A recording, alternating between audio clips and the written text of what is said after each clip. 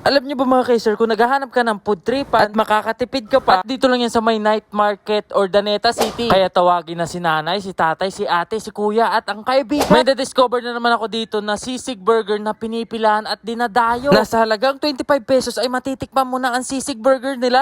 Hello, Nay. Hello po. Anong tawag niyo dito, Nay? Sa ano niyo po? Binebenta niyo, Nay? Ano po?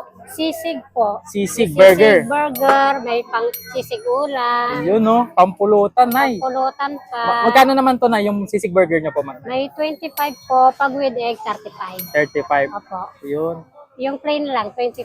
Bale, itong sisig niyo, Nay, kayo mismo yung gumagawa, Nay. Opo, sir. Yun. Gaano katagal na kayo nagbebenta, Nay? Mahigit isang taon na, sir. Mag- O 2, 3, ganun. Di ko na maalala, sir. Basta matagal Ayan. na. Sobrang tagal na, Nay. Oo, sir, matagal na. Anong pangalan niyo, Nay? No, really po. Ilan taon na kayo, No, Nay?